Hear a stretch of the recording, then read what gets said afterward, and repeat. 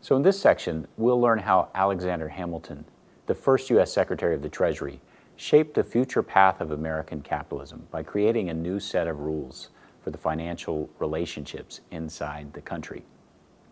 What these rules did ultimately was make the wealthiest Americans dependent on the national state's ability to pay them back for money which they had lent to the federal government. This ensured their commitment to the larger project of keeping the United States unified.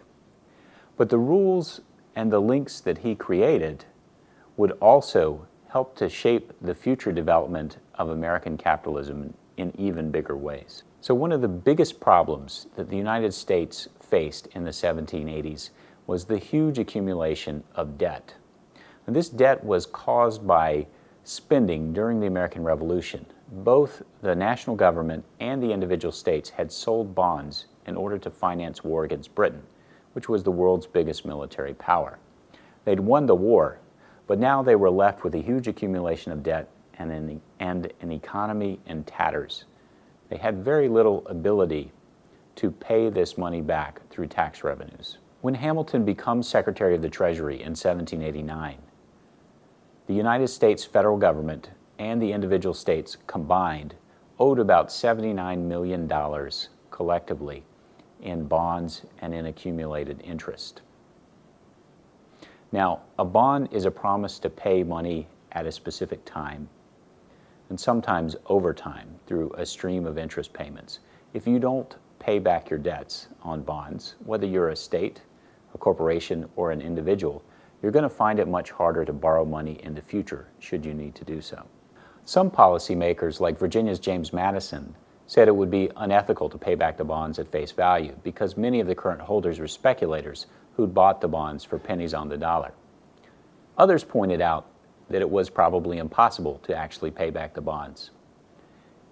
In 1789, the government was going to raise about $2.8 million, mostly from taxing imports. That meant that the federal government would owe, if it assumed all the debts, $26 for every single dollar they brought in revenue. And just to give you a little context, in 2012 and 13, the European Union nearly collapsed because of Greece's inability to pay back its debts. Greece's debt-to-income ratio was 3.5 to 1.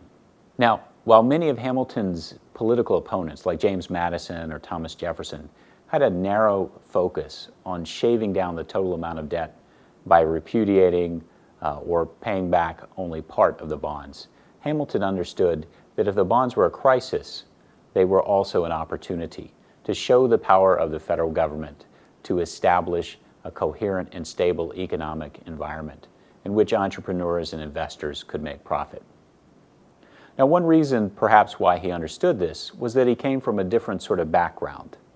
In contrast to many of the Virginia-based leaders who dominated much of the early years of the American federal government, Hamilton wasn't a tobacco planter. He wasn't somebody who borrowed money and sold primary products in the world market.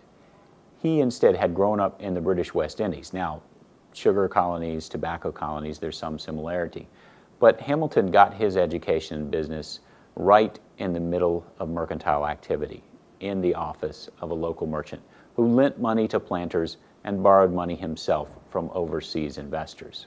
So he had a different set of ideas, and these ideas, which drew upon innovative British and Dutch banking practices, would be tremendously influential in shaping the financial architecture of the United States. Hamilton's plan was that he would convert all of the debt from the Revolutionary era, including the state-issued bonds, into one new set of federal bonds.